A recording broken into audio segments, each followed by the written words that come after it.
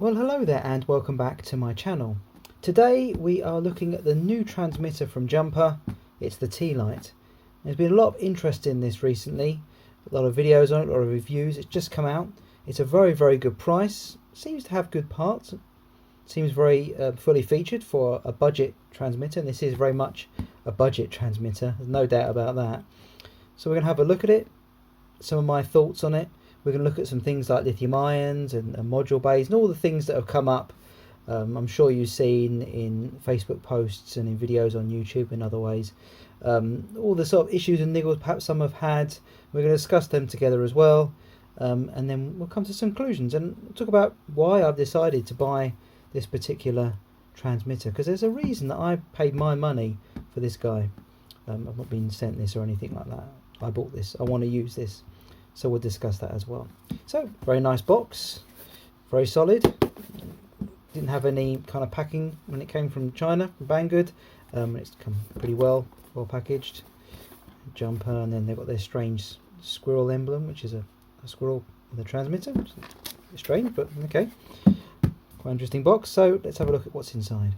Open up the box, and inside we get some stickers. They're very strange. I'm not quite sure what's going on there. Little robot with a controller for a head, transmitter for a head. But anyway, put that in there, I suppose. Then we get some basic quick instructions, just some settings there. To be honest, if you're used to an OpenTX based transmitter, then you're probably quite used to all the settings. But it's good that they have that in there just in case. But to be honest, I wouldn't buy anything in FPV without watching at least a couple of review videos on that product and seeing what different people have to say on it first. But it's nice that they've got the instructions there, just in case maybe you haven't watched those parts of the videos and how to set things up. So that's there. Very useful. We've also got in here, this is for connecting up our module. So it's all the little bits, parts there. Some screws, so we'll get to that in a bit. Then we take off the plastic. We have the transmitter itself. Try and be very careful. And we'll put that to one side because we'll be getting to that in a minute. Take out the rest of it. And then we have a little antenna, which is pretty generic. Don't worry about that. We've got a USB to USB-C. You can see there, cable. Just so you can charge it, or if you want to plug it in to use with a simulator, and we're in UK and it's the middle of winter and everything else is going on, so simulators is pretty much where we are at the moment. So that's very useful. We got that there, and this is quite a useful little box as well for putting your 18 650s in, because you don't want like the lithium ion battery sort of rolling around your bag, especially if they contact something. You might get problems and sparks and things, so it's best to put them in a little case. You won't get dented or damaged in that way as well, so that's nice they put that in. So let's have a look at the transmitter then. So here we have the transmitter, and it feels alright. Feels a little bit kind of cheapy plastic, I suppose, but what do you expect? Is about £50. Now this is the one with the 4-in-1 module. I would recommend only getting this one. Do not buy the one with the single use module. That's pretty much pointless, to be honest. So you might as well spend the extra few pounds and get this one with the 4-in-1. So this is the one I'd recommend getting. So this is what this one is. So very useful for all of our models, including if we decide to connect up external modules as well. So yeah, a bit cheap plastic, but for £50 it feels alright. I mean, it comes with Hall effect gimbals, so it's not too bad. In fact, I believe it's the same gimbals that we get on this one. It's the Jumper T18 Pro. Yeah, I don't know, maybe to my mind, I don't know, maybe it feels a little bit springier, but I think maybe the springs are perhaps a bit looser on this one, but for the most part it feels very similar. So yeah, quite comfortable in the hand. I'm sort of a weird hybrid pincher. I used to thumb, you know, coming from playing video games, Xbox, etc. But I found that when I started pinching, my flying ability got a lot better. I got more precise. So I was sort of hybrid pinching, but for me that fits quite comfortably in the hand. Not too bad. Obviously you do have to rest a finger between these switches here, which we'll get to in a second, but yeah, that feels quite comfortable. We just peel this sticker off. We can see to one side. We can see we've got some trim switches and our power switch, and then some switches all marked up here for when we're navigating the menus on the transmitter itself. But they'll feel okay. It is cheap, but they feel fine. And we've got some switches here. We've got two position switches and two 3-position switches.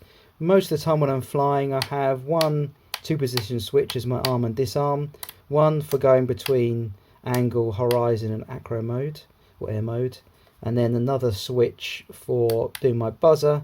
And then what I normally do is on that switch with the buzzer, so that'll be off, buzzer will be in the middle, and then flip over after crash.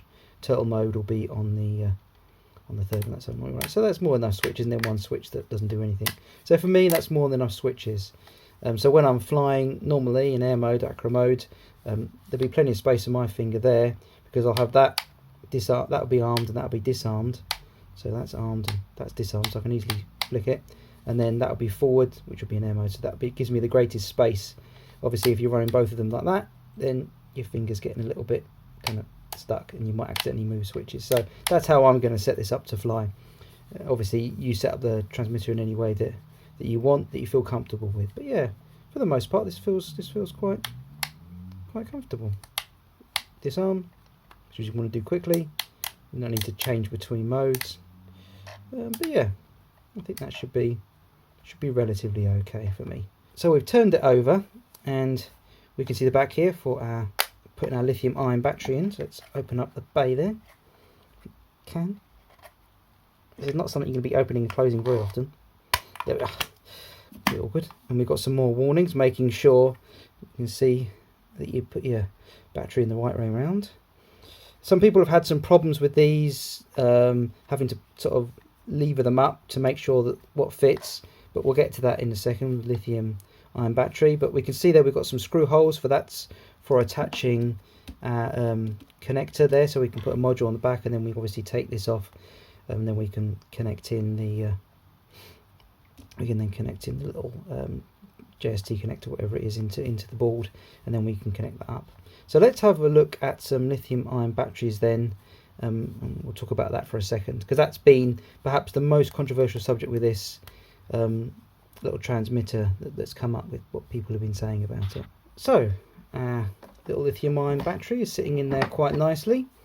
You see it's powered on. How accurate the voltage readout is, I don't know, but it seems to be pretty good, 3.6 volts. I have just got this and not charged it yet, so that should be sort of a rough storage charge, so I will need to put this on charge, but there we go. We'll do that later, obviously. As you can see, I haven't bent that, but that's quite a far bit bent over that way. And then you've got that bit there. Now, some people have had to bend that because they don't have this particular style lithium-ion, which has got a little, you can see that, it's got a little cap sort of welded onto the end there. So it's a button top really, which makes it just slightly wider, which means it fits and clicks in very nicely, and that's not going anywhere. And when we put the lid on, that'll be fine. As we can see, it's connected up and working fine. And that's where some of the issues have come with this particular transmitter, because what's happened is that first it said that it could connect modules and you could run them at 1 watt, etc, etc. Then some people tried it and they couldn't. Then they said, oh no, you can only run it at 25 milliwatts, your crossfire, and all these kind of issues. Recent videos have shown from Albert Kim that you can run this unmodified up to 250 milliwatts when you put the module bay in with your crossfire system.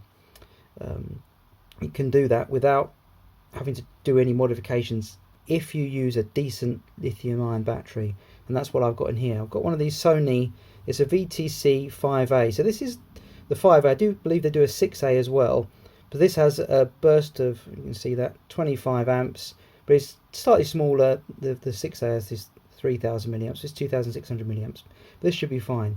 Now this one obviously has the button top. Normally I get these guys here, should open one up, which as you can see do not, they're just flat on top, but I use these in my other transmitter, my goggles.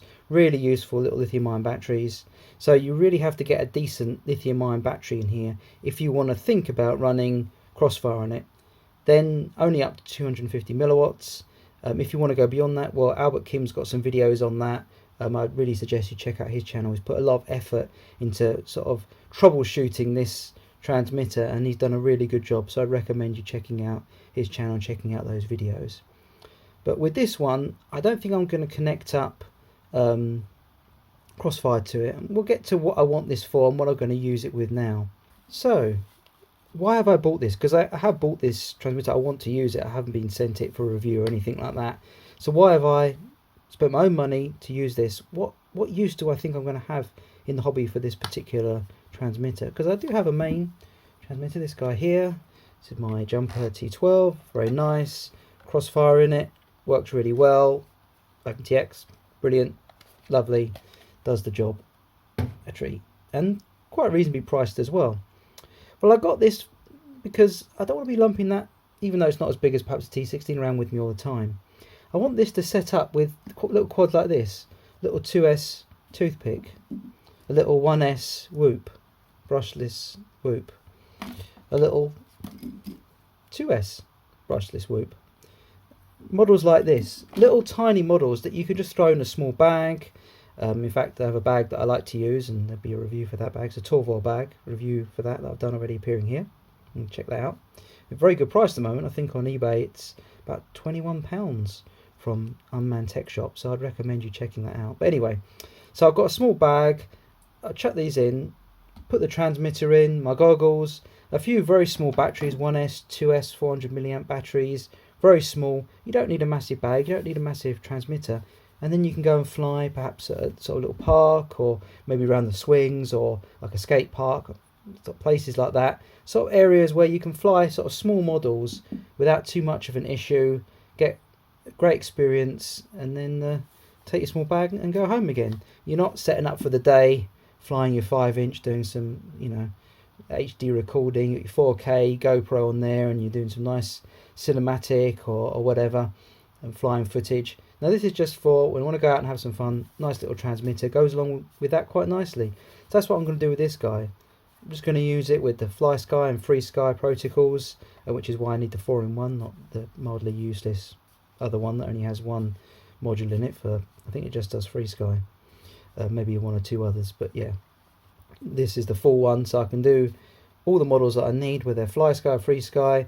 In the future, I might connect up a module bay. I quite like the Ghost system. I've got that on a few of my 3S. There we are, it's a 3S toothpick. So this is kind of falls into that category of being small and light. Obviously a much better range. So I might want to use that when they finally release the Ghost, the light system, which will connect up to the smaller bays. When that comes out, I might get that, because the Ghost system is very small and very light, especially their smaller little receiver that you can get. I think it's called the Atto, if I remember correctly. Might be right, I think that's right. Anyway, yeah, so that's what I'm going to use that perhaps in the future when that eventually comes out. So that's the idea I've got behind this, just for using my little micros, little small quads, and then when I want to fly my planes, when I want to fly my 5-inch quads, do my cine whoop and all that sort of stuff, then I get this guy out, got crossfire in it, or obviously Ghost, and then I'm away. But that's a bit more of a full day flying, so that's why I've got this. So there we are, a nice little transmitter. I mean, it's not the greatest, in no way is it comparable to a Tango 2 or a T16 or anything like that.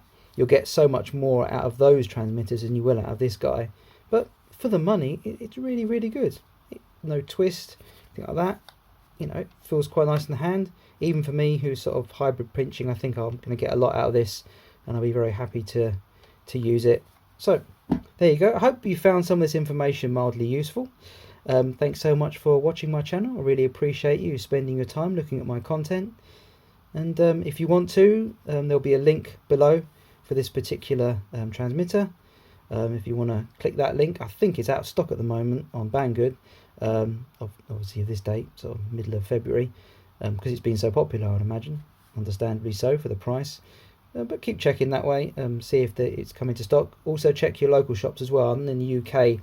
I've got some links, I think, for some UK shops that sell this, and they might actually have it in stock at the moment. So it's always worth a check.